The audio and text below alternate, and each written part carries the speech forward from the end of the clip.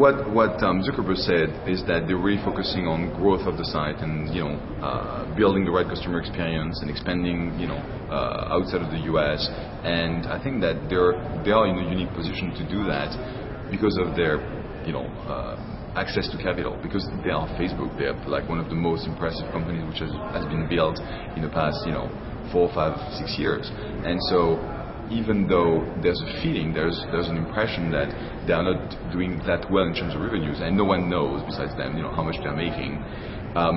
The focus on just growing their user base, and they're now over 100 million users, and they passed like the 50 million users daily a few weeks ago. That's really impressive, and so I think that they can afford to have that focus, but I think that any other CEO, most other sites, just cannot afford that statement, and they have to sort of figure out how they can monetize, get to sort of at least profitable business model in a shorter time frame than they might have planned otherwise before this crisis started.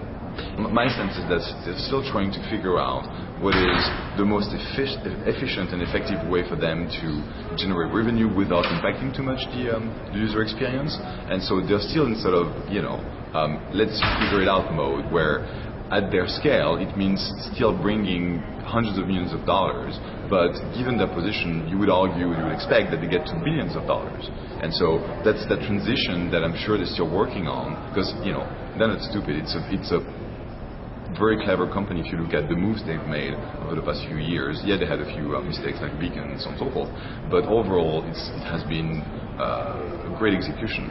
So I can only expect them to try and figure out what is the best way for them to make money without impacting too much the user experience.